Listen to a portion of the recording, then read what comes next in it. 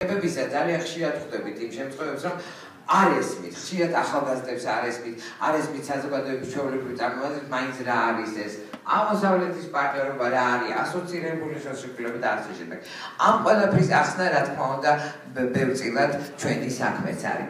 ეხლა კი თუნებას მომცემთ გადავცემ სიტყვას ბატონ გუნარ ვიგანს, რომელსაც კიდევ ერთხელ მინდა ძალიან დიდი მადლობა უთხრა, რომ იგი ჩამოგზავნდა საქართველოში და აი ამ უმნიშვნელოვანეს მომენტში ატარებს მოლაპარაკებებს, როგორც ხელისუფლებასთან, ასევე რამდენად ვიცი სამოქალაქო სექტორთან და რომ მობრძანდა ჩვენს შეხვედრაზე. გთხოვთ ბატონო გუნარ.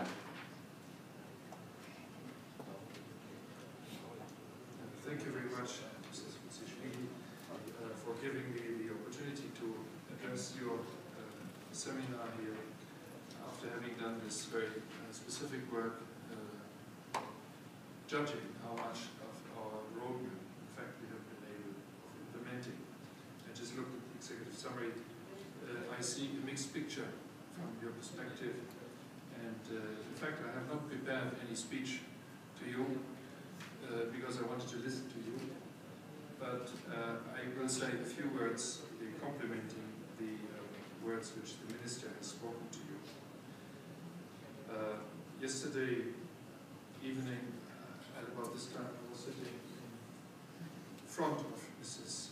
Serbia in Yerevan, and of course the situation in Yerevan looks slightly different now than it looked until August, and what is very important in all of the Eastern Partnership countries is precisely that monitoring function, is that prodding function, is that function of informing people about what is going on in terms of the reform efforts, in terms of EU support, in terms of efforts to counter reform, which seems to be strengthened these days and months.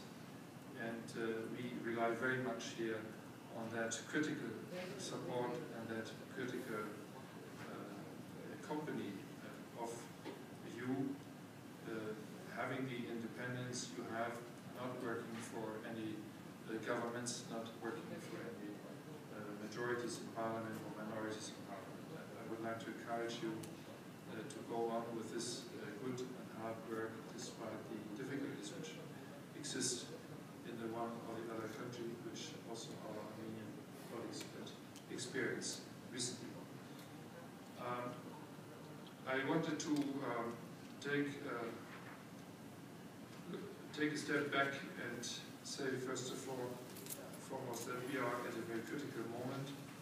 Critical because you are having elections here in Georgia in a few days, and these elections should be the proof that democracy in Georgia has really taken root, and that it is something normal to elect a new president. And that there is also something normal about having changed the constitution and having a parliamentary majority that is supporting a prime minister, who may also change, I understand, in the next few days, which is quite an extraordinary timing on this. And this is just a few weeks before Vilnius, and we will, of course, go ahead with a very significant step with regard to this country and several other countries at Vilnius.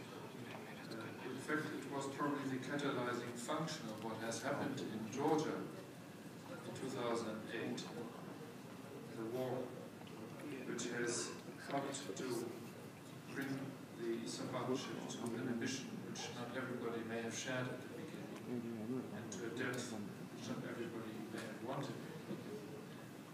And when then the Eastern Partnership, as the Eastern dimension of the European neighbourhood policy, was launched at the dark side in 2009, clearly the whole of the European Union was deeply shocked what has happened in the summer of 2008 here in Georgia.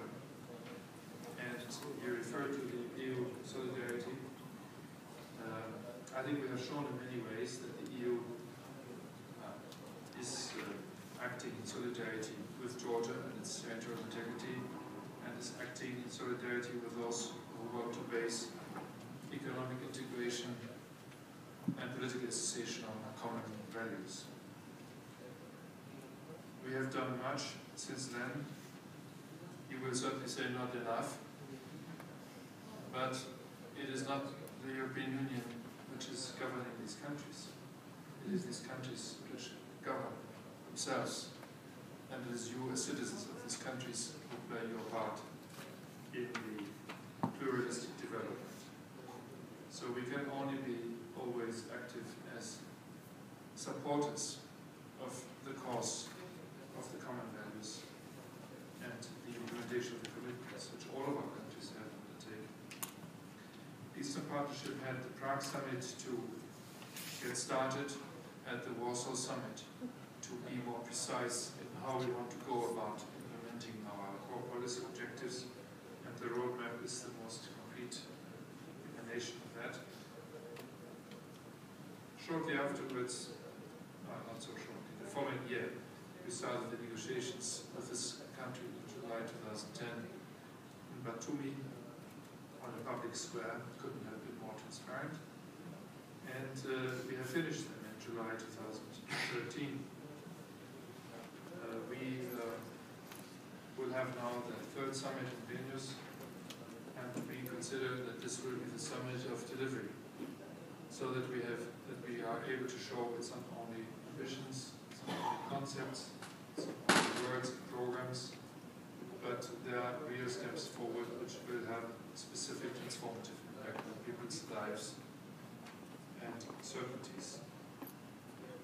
This will be exemplified, of course, first and foremost by the intended signature of the association agreement with the Ukraine. The decision about this, whether Europe will go ahead, whether the benchmarks which we have set up in December of last year will be fulfilled, will be taken at the Foreign Affairs Council on the 18th of November. We also will issue the agreement with this country, and we will issue the agreement with Moldova. The signature with Ukraine, if it happens, would allow us to move towards the provisional application of this agreement. After Rada ratification and after consent by the European Parliament, we will be able to implement a large part of the agreement, a part which is under exclusive EU competences. And this goes beyond the EU comprehensive free trade area and includes also important value-related parts.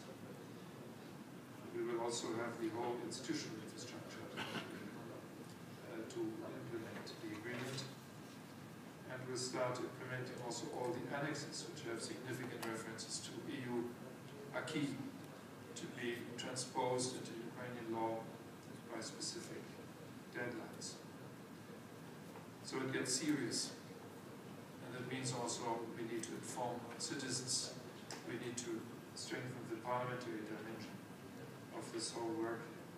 We need to be able to show to everybody, and not only to business operators, that there are new concrete opportunities arising.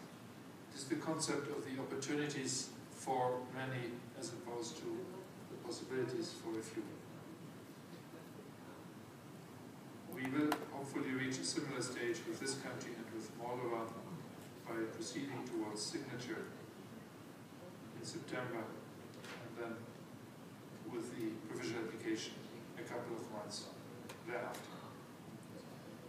With regard to mobility, we will conclude the visa facilitation and readmission agreement with Azerbaijan in Vilnius, entering into force of the same kind of agreements with Armenia this year, and the visa liberalization action plan, which this country also has, Ukraine also has, will lead to the final and, we believe, positive report of the European Commission with regard to Moldova before the end of this year.